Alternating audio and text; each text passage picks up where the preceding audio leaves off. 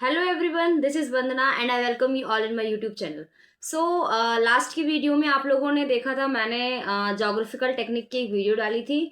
उसे मैंने आप लोगों को बताया था कि बेसिकली जो हमारा सिलेबस है, जो बच्चे सबसे पहले तो ये वीडियो जो बच्चे यूजीसी नेट ज्योग्राफी की तैयारी कर रहे हैं, जो यूपी जीडीसी की तैयारी कर रहे हैं, या फिर जो एमपी असिस्टेंट प्रोफेसर जो आने वाला है उसकी तैयारी कर रहे हैं specially for the subject of geography, तो वो लोग इस सब्जेक्ट को रिलेट कर सकते हैं। हमने पिछले वीडियो में देखा था, आज ये पार्ट 2 वीडियो रहेगा। हमने लास्ट वीडियो में देखा था कि कैसे हमने पूरे सिलेबस को बाइफरकेट करके देखा था कि हमारा जो सिलेबस है वो टोटल कितने टॉपिक्स में डिवाइड किया गया है। 4 टॉपिक्स में डिवाइड किया है।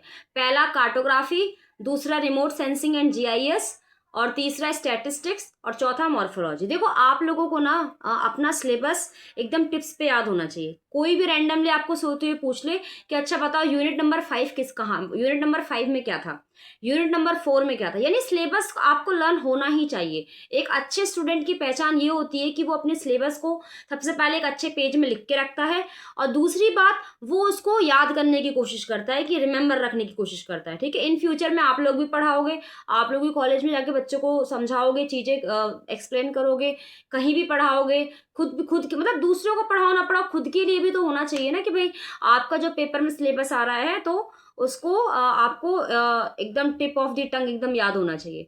ठीक है, तो देखो, सबसे पहले मैं लास्ट वीडियो का थोड़ा सा लिटिल रिवीजन बता देती हूँ। मैंने बताया था बेसिकली टाइप्स ऑफ मैप कितने होते हैं। मैंने सबसे पहले आप लोगों को मैप बताया था, मैप क्या होता है। ठीक है, कार्टोग्राफी क्या होती है। कार्टोग्राफी में मैंने आपको इरविन राइस की डेफिनेशन बताई थी। उन्होंने क्या बताया था कि मैप क्या है, 30% जोग्राफी, 10% आर्टिस्ट, मतलब आर्ट वाली कला, 10% मैथमेटिक्स एंड 10% अदर सब्जेक्ट। ठीक है, ये सब मैंने आप लोगों को बताया था। उसके बाद मैंने आप लोगों को बताया था कि जो मैप है उसमें बेसिकली कितने मैप की इंपॉर्टेंस क्या है, ये आपको मेंस में पूछ सकते हैं वो लोग। ठीक है, उसके बाद मैंने आप लोगों को बताया था कि मैप्स कितने टाइप के होते हैं। मैंने आप लोगों को इससे पहले भी एक जो वीडियो बनाई थी उसमें भी बताया था, और इस वीडियो में मैंने आप लोगों को बताया कि मैप की बेसिकली क्लासिफिकेशन किस तरीके से हम लोग करते हैं। ठीक है, अब जो लास्ट वीडियो थी उसमें हमने देखा था कि जो हमारा मैप है, ठीक है, जो हमारा मैप है उसके हमने क्लासिफिकेशन देखे थे। उसमें लार्ज स्केल और स्मॉल स्केल मैप देखे थे।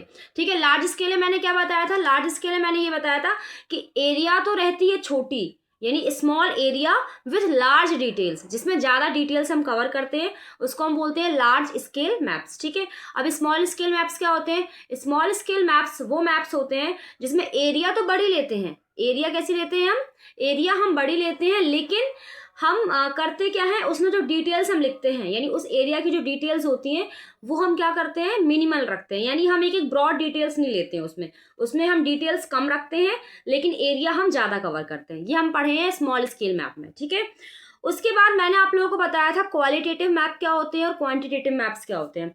जो क्वालिटेटिव मैप्स है उसमें मैंने आप लोगों को बताया था कोरोक्रोमेटिक मैप्स क्या होते हैं। ठीक है, जिसमें कलर के बारे में बात करते हैं। फिर मैंने आपको ऐसे ही पिक्टोरियल मेथड बताया था, नेमिंग मेथड बताया था। आई थिंक आप लोगों को क्लियर हो गया होगा। फिर उसके बाद हमने पढ़ा था क्वांटिटेटिव मैप्स क्या होते हैं। क्वांटिटेटिव मैप्स के अंदर हमने कोरोप्लेथ मैप पढ़ा था।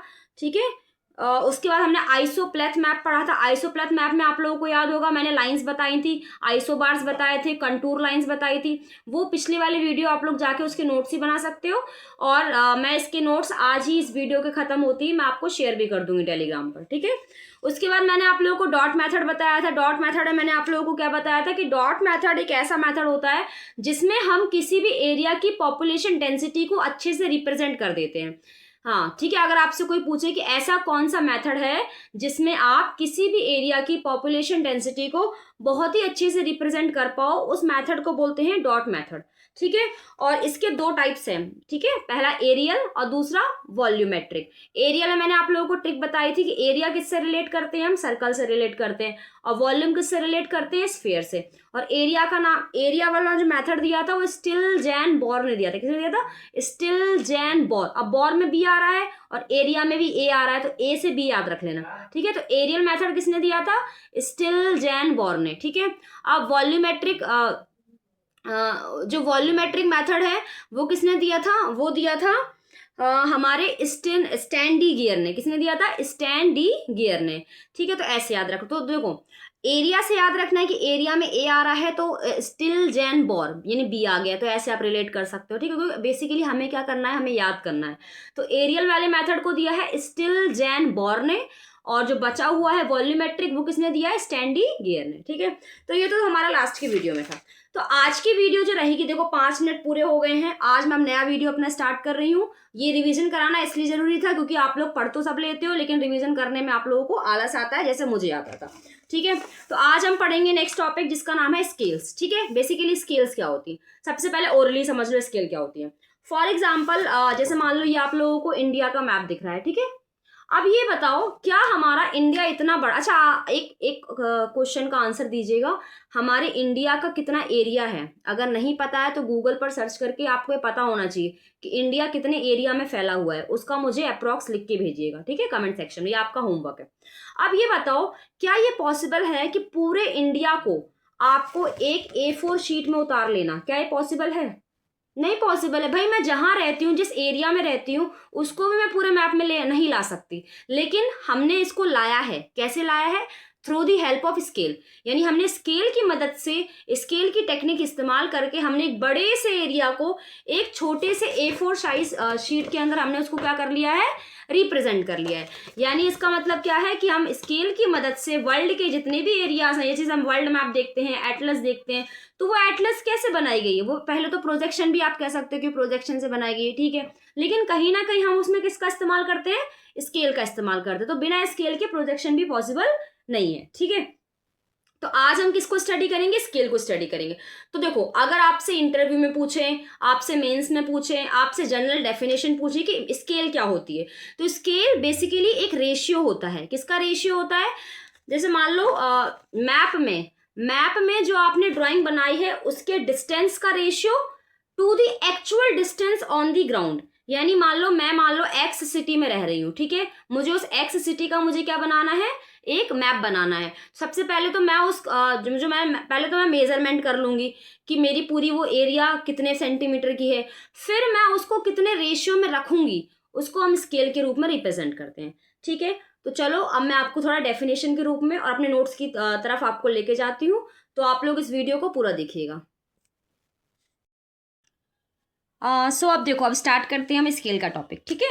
तो देखो स्केल के टॉपिक में मैंने आप लोगों को क्या बताया कि स्केल हम बेसिकली कैसे डिफाइन करते हैं। अब देखो ये थोड़ा मैंने जो देखो मेरा मीडियम इंग्लिश है, लेकिन मैं आप लोगों को यही एडवाइस करूंगी कि आप लोग जिस लैंग्वेज में कंफर्टेबल हो उसी लैंग्वेज में आपको नोट्स बनाने हैं, ठीक है। तो मुझे थोड़ा इंग्लिश में, ये हिंदी में कंफर्टेबल लगा तो मैंने हिंदी में बना दी, बाकी मैं आपको इंग्लिश में भी दिखाऊंगी, ठीक है। वास्तविक जानते हो जो रियल प्लेस होती हैं, ठीक है, रियल स्पेस। जैसे मान लो ये हमारा टोटल, मान लो ये कोई सिटी इंदौर है या फिर ग्वालियर कोई सिटी है, ठीक है, उस सिटी का एवरेज जो पूरा था वो कितना था, डिस्टेंस 500 मीटर था, ठीक है, पूरा मान लेते हैं, एक पूरा एक एरिया हमने कोई भी मान लिया, ठीक है, एक डिस्टेंस मान लिया। अब उसको जब मैप में रिप्रेजेंट करें, प्रदर्शित का मतलब होता है रिप्रेजेंट करना, तो उसके लिए हमने क्या स्केल मानी है, 5। यानी मान लो इस पेड़ से लेके इस पेड़ तक का जो डिस्टेंस था वो हमने 500 मीटर माना, एक्चुअल में था जो 500 मीटर, लेकिन हमने मैप में कितना माना है उसको, 5 सेंटीमीटर माना। यानी कि मैं क्या लिख सकती हूँ कि 5 सेंटीमीटर रेशियो 500 मीटर, इस तरीके से लिख सकते हैं ना। हालांकि ये जो होता है इसको बोलते हैं आरएफ का मतलब होता है रिफ्रैक्टिव फ्रैक्शन, रिप्रेजेंटेटिव फ्रैक्शन, और इसमें हम कभी भी किसी भी यूनिट का इस्तेमाल नहीं करते। तो यानी कि हम क्या लिखेंगे, 5/500, इसको काट के क्या लिख देंगे, 1/100, ठीक है। तो ये याद रखना, ये क्या होती है हमारी बेसिकली स्केल की डेफिनेशन होती है कि एक्चुअल कि आपने मैप, सबसे पहले देखो जो 1 होता है ना वो किसका डिस्टेंस है, वो मैप का डिस्टेंस है, कि आपने मैप में कितना डिस्टेंस लिया है और एक्चुअल में कितना डिस्टेंस है, उसके रेशियो को हम क्या बोलते हैं, हम बोलते हैं स्केल, ठीक है। स्केल समझ में आ गया। स्केल बेसिकली रेशियो होता है, जो डिस्टेंस आपने मैप में लिया है और जो डिस्टेंस एक्चुअल है उसके बीच का जो अनुपात होता है, जो रेशियो होता है, उसको हम स्केल कहते हैं। आई होप आप लोगों को ये क्लियर हो गया होगा। अब डेफिनेशन देख लो, धरातल पर किन्हीं 2 बिंदुओं के मध्य की दूरी, ठीक है, किन्हीं 2 बिंदुओं के बीच की मध्य की दूरी, और मानचित्र पर उन्हीं दो बिंदुओं के मध्य की दूरी के अनुपात को मापनी कहते हैं, ठीक है। तो धरातल की दूरी और ये मानचित्र की दूरी, हालांकि लिखने के लिए हम पहले मानचित्र की दूरी लिखते हैं, उसके बाद धरातल की दूरी लिखते हैं, ठीक है, इसको पहले लिखेंगे, इसको बाद में लिखेंगे, ठीक है। तो वास्तविक तथा प्रदर्शित दूरी के मध्य के अनुपात को मापा कहा जाता है, यानी उसी को स्केल कहा जाता है, ठीक है। अब ये तो मैंने आप लोगों को एक बार मैं इंग्लिश में भी दिखा देती हूँ, ठीक है, जस्ट वेट एक सेकेंड, इसको इंग्लिश में भी एक बार बता देती हूँ ताकि आप लोगों को दिक्कत नहीं आएगी। तो कहाँ है, हाँ, तो देखो इंग्लिश में क्या है, the ratio between the distance between any two point display in the map. अब देखो मैप में जो हमने पॉइंट जैसे बनाया, ये देखो ये रहा, मैप में जो एक्चुअल डिस्टेंस था और एंड दी डिस्टेंस बिटवीन दूस point on the surface is called the scale of the map. यानी मैप में जो डिस्टेंस है और जो एक्चुअल सरफेस में जो डिस्टेंस है उसके बीच के रेशियो को हम क्या बोलते हैं, हम उसके बीच के डिस्टेंस को बोलते हैं स्केल। ठीक है। अब देखो ये इंपॉर्टेंट है और पेपर में भी पूछते हैं, अगर आप प्रैक्टिकल की भी तैयारी कर रहे हो तो उसमें भी आपके लिए हेल्पफुल रहेगा। क्या हेल्पफुल रहेगा कि स्केल बेसिकली कितने टाइप की होती है, हम मैथड्स में रिप्रेजेंट करते हैं स्केल को। ठीक है, मापने के अलग अलग मैथड्स होते हैं। पहला मैथड है सिंपल स्टेटमेंट मैथड। क्या होता है, सिंपल स्टेटमेंट मैथड, इसको हिंदी में बोलते हैं कथनात्मक विधि, जिसको हम बोलते हैं सिंपल स्टेटमेंट मेथड। ठीक है, हिंदी में क्या बोलते हैं, कथनात्मक विधि। अब कथनात्मक विधि का मतलब क्या होता है, इसमें हम बेसिकली वही रिप्रेजेंट करते हैं जो हमें दिया है। जैसे इस वाले डायग्राम में आप लोगों को क्या समझ में आ रहा है कि पहले ये डिस्टेंस कितना है मैप में, 5 सेंटीमीटर है। ठीक है, 5 सेंटीमीटर इज इक्वल्स टू, और ये वाला डिस्टेंस कितना है, 500 मीटर। तो ये होती है हमारी सिंपल स्टेटमेंट स्केल। जो स्टेटमेंट लिखी है उसको एज इट इज रिप्रेजेंट कर देना ही कहलाता है सिंपल स्टेटमेंट स्केल या फिर कथात्मक मापनी। समझ में आया? इसको इंग्लिश में देख लो, जैसे हमने लिखा है, फिर ऐसे भी लिख सकते हो 1 centimetre is equals to 10 kilometre लिख दो, या फिर 1 सेंटीमीटर टू 10 किलोमीटर लिख दो, एक ही बात है। ठीक है, जिसमें एक स्टेटमेंट के थ्रू, एक सेंटेंस के थ्रू आपको स्केल रिप्रेजेंट की जा रही है, उसको सिंपल स्टेटमेंट स्केल कहते हैं। सेकेंड जो टाइप होता है वो होता है रिप्रेजेंटेटिव फ्रैक्शन, जिसको हम बोलते हैं आरएफ मैथड। ठीक है, रिप्रेजेंटेटिव फ्रैक्शन या फिर आरएफ मैथड। इसमें हम फ्रैक्शन को शो करते हैं जिसमें रेशियो होता है। रेशियो मतलब अनुपात होता है। किसका अनुपात होता है, मैंने आप लोगों को क्या बताया, स्केल में किसका अनुपात होता है, पहले मैप का जो डिस्टेंस होता है उसका अनुपात होता है, साथ में जो एक्चुअल डिस्टेंस है, जो वास्तविक दूरी है, उसका अनुपात होता है। ठीक है, तो fraction showing the ratio of the distance on the map and the surface is called RF, representative fraction. अब देखो इसमें एन का मतलब होता है न्यूमरेटर और डिनोमिनेटर। आप लोग शायद इसको हिंदी में क्या बोलते हो, मुझे अभी एक्चुअल में याद नहीं आ रहा। जो ऊपर वाली वैल्यू होती है उसको न्यूमरेटर कहते हैं, जो नीचे वाली वैल्यू होती है उसको डिनोमिनेटर, अंश और हार करके कुछ कहते हैं। ठीक है, तो numerator and denominator of fraction represent the distance measured on the map. और देखो जो न्यूमरेटर होता है उसमें मैप लिखा जाता है, मैप का एक्चुअल डिस्टेंस क्या है, और जो डिनोमिनेटर, जैसे देखो मैंने बताया ना आप लोगों को भी कि 1:50 लिखा है मान लो, तो 1 क्या है, 1 है मैप का डिस्टेंस, यानी 1 हमारा न्यूमरेटर है, तो न्यूमरेटर में मैप लिखते हैं, मैप का डिस्टेंस। ठीक है, DIST, और जो 50 दिया है पीछे वो एक्चुअल डिस्टेंस यानी वास्तविक दूरी है होती है। ठीक है, ये समझ में आ गया? इसको हिंदी में देख लो एक बार। देखो वैसे मेरा हिंदी में बना ले, लेकिन मैंने इसको हिंदी में भी लिख लिया था क्योंकि मुझे कन्फ्यूजन होता था। तो रिप्रेजेंटेटिव फ्रैक्शन को हम हिंदी में बोलते हैं प्रदर्शक भिन्न। ठीक है, फ्रैक्शन को क्या बोलते हैं, भिन्न। ठीक है, ये इस तरीके, देखो स्टेटमेंट में हमने इक्वल करके लिखा है, इसमें देखो अब इन दोनों में क्या अंतर दिख रहा है आप लोगों को, इन दोनों में ये अंतर दिख रहा है। सबसे पहले तो यहाँ रेशियो आ गया है इक्वल की जगह, दूसरा यहाँ पे यूनिट दी है लेकिन यहाँ पर कोई भी यूनिट नहीं दी है। ठीक है, अब तीसरा मेथड जो होता है उसको बोलते हैं हम अब देखो ये मैंने आरएफ का एक क्वेश्चन लिखा है, distance on map. For example map में डिस्टेंस है 1 सेंटीमीटर और ग्राउंड में डिस्टेंस है उसी एरिया का, जैसे मान लो ये 2 पेड़ हैं, ऐसे मान लो ना, एक पेड़ ये है, एक पेड़ ये है। एक्चुअल में इनके बीच में डिस्टेंस वो है, वो 100 किलोमीटर का है मान लेते हैं, लेकिन मैप में हमने कितना माना है, 1 सेंटीमीटर, क्योंकि आप मैप में 100 किलोमीटर तो नहीं बना सकते भाई, आपका एक पेज ही कम पड़ जाएगा। ठीक है, अब इस 100 किलोमीटर को सेंटीमीटर में कन्वर्ट कैसे करते हैं, तो देखो 1 किलोमीटर, क्योंकि हमें यूनिट सेम करनी है, और यूनिट सेम कब होगी, जब इसको कन्वर्ट कर दोगे तभी ये कट जाएगा और ये आरएफ में कन्वर्ट हो जाएगा। तो 1 किलोमीटर में कितने मीटर होते हैं, 1000 मीटर होते हैं। फिर 1 मीटर में कितने सेंटीमीटर होते हैं, 100 सेंटीमीटर, यानी 3 जीरो ये और 2 जीरो ये, तो 3 और 2 कितने हो गए, 5। यानी इन 2 जीरो के अलावा हमें कितने जीरो लगाने पड़ेंगे, 5 जीरो लगाने पड़ेंगे, यानी ये 2 जीरो तो पहले से ही थे, तो 1 2 3 4 5, फिर सेंटीमीटर कट गया, अब बचाइए आंसर। तो ये आ गया हमारा आरएफ यानी रिप्रेजेंटेटिव फ्रैक्शन। आई होप आप लोगों को ये समझ में आया होगा। अगली वीडियो में मैं इसके कुछ न्यूमेरिकल्स भी करवाऊंगी, आज मैं आपको सिर्फ थ्योरी बता रही हूँ इसकी। ठीक है, नेक्स्ट जो मेथड होता है स्केल को रिप्रेजेंट, देखो ये स्केल को रिप्रेजेंट करने के मेथड्स पढ़ रहे हैं। नेक्स्ट मेथड होता है graphical method. In this method denominator is divided into primary and secondary parts by drawing lines on the map. इसमें जो डिनोमिनेटर होता है, जो नीचे वाली वैल्यू होती है, उसको हम दो पार्ट्स में डिवाइड करते हैं, ठीक है, प्राइमरी और सेकेंडरी पार्ट्स, ठीक है। ये बेसिकली जो मेथड होता है वो लिखने से ज़्यादा इसको ड्रॉ करने में हम हेल्प लेते हैं इसकी, ठीक है। इसमें पहला आता है सिंपल स्केल, दूसरा आता है डायगोनल स्केल, ठीक है। वर्नियर और कंपैरेटिव भी होता है, लेकिन वो हमारे इतना काम का नहीं है सिलेबस में। सिंपल स्केल में क्या होता है, by this scale surface can be displayed in maximum 2 units. इसमें ज़्यादा से ज़्यादा 2 यूनिट्स ही रिप्रेजेंट की जाती है, ठीक है। इसमें माइल्स को रिप्रेजेंट करते हैं, फरलॉन्ग। ये फरलॉन्ग और माइल जो है ना, ये ब्रिटिश ये फ्रेंच, ये मैं बता दूंगी, इंग्लिश सिस्टम है एक रिप्रेजेंट करने का, ठीक है। फिर डायगोनल स्केल जो होती है आर यूज टू रीड और मेजर अप टू 3 यूनिट्स। इसमें 3 यूनिट्स रिप्रेजेंट करते हैं, जैसे डेकामीटर, सेंटीमीटर, मिलीमीटर, यानी तीन यूनिट्स का इस्तेमाल कर लेते हैं, ठीक है। तो ये तो होगी हमारी ग्राफिकल मैथड। इसको हम ग्राफिकल मैथड को हम एक हिंदी में, इंग्लिश में, देखो इसको लीनियर मेथड ही बोलते हैं। लीनियर मेथड बोल लो या ग्राफिकल मेथड बोल लो, इसको रेखिक मापक या आलेखीय विधि भी कहा जाता है, ठीक है। अब देखो, अब मैं आप लोगों को जितनी मैंने स्केल बताई है, कितनी स्केल बताई है पहले तो रिमेंबर करो। 3 स्केल बताइए, simple statement scale, representative fraction और लीनियर या फिर ग्राफिकल मेथड। अब इनके कुछ मेरिट और डीमेरिट, यानी इनकी कुछ अच्छाइयाँ और कुछ कमियाँ पढ़ेंगे हम, ठीक है।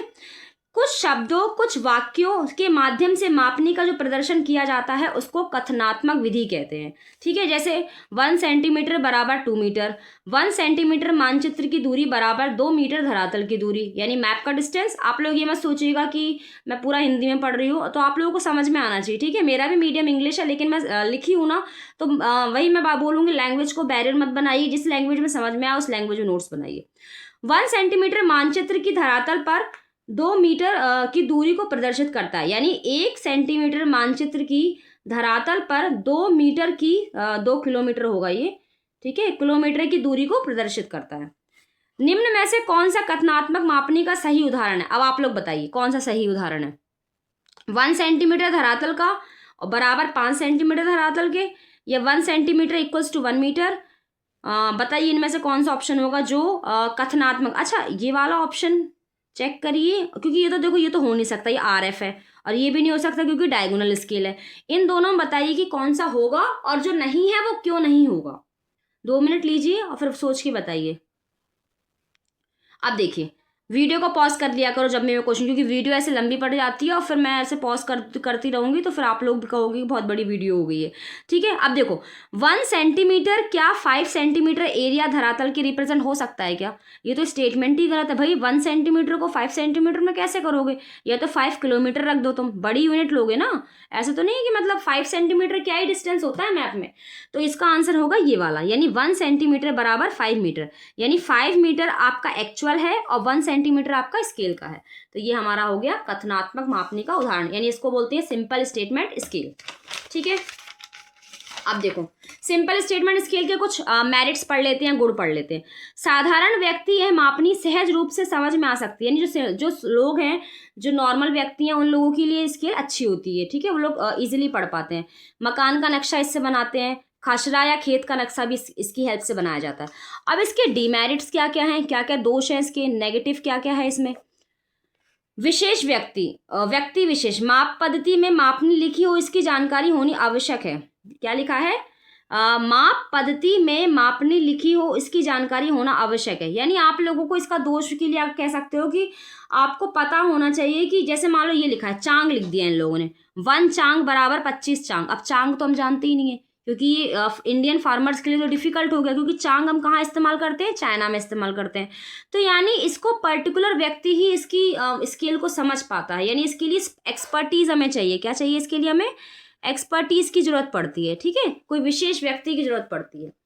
अब देखो, मानचित्रों के लघुकरण व विविधीकरण प्रक्रियाओं में मापनी परिवर्तन हो जाती है, ठीक है, ये कोई नॉर्मल स्टेटमेंट। इसमें ये लिखा है बेसिकली कि आप स्केल को छोटा कर सकते हो, डिवाइड कर सकते हो, मल्टीप्लाई कर सकते हो, ठीक है, अलग अलग मेथड से। इसको हम अगली क्लास में देखेंगे जब हम न्यूमेरिकल्स पढ़ेंगे।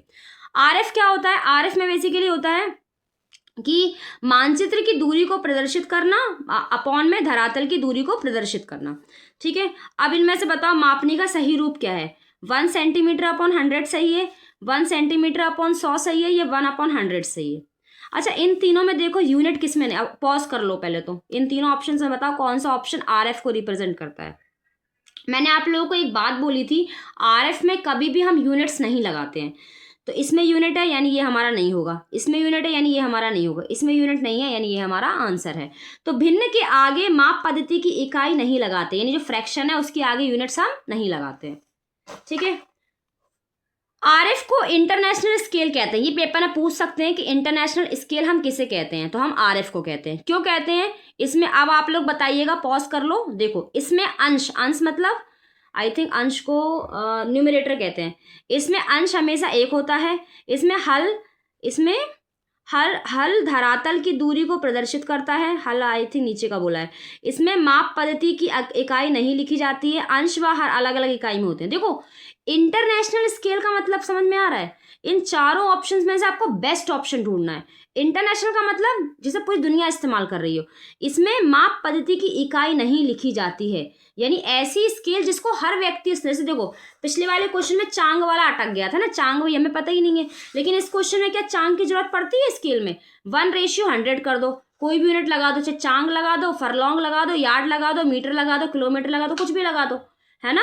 यानी ये RF ऐसी स्केल होती है जिसको हम इंटरनेशनल स्केल कहते हैं। इसमें कोई भी यूनिट्स नहीं होती है।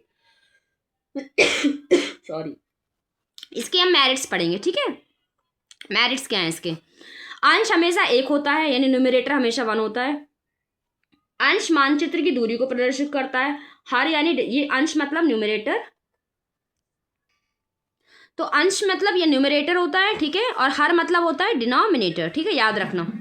डिनोमिनेटर हम धरातल यानी एक्चुअल डिस्टेंस रिप्रेजेंट करते हैं।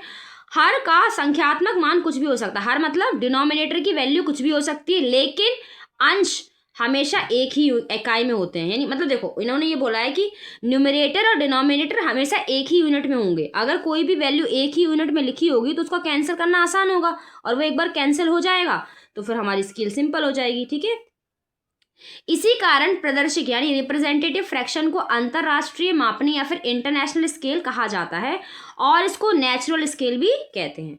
आज का जो लास्ट टॉपिक, अब देखो इसके दोष क्या है। दोष सबसे पहले गुण ये जान लो कि इसमें भी अंतरराष्ट्रीय मापनी होती है और व्यापक प्रयोग होता है इसका।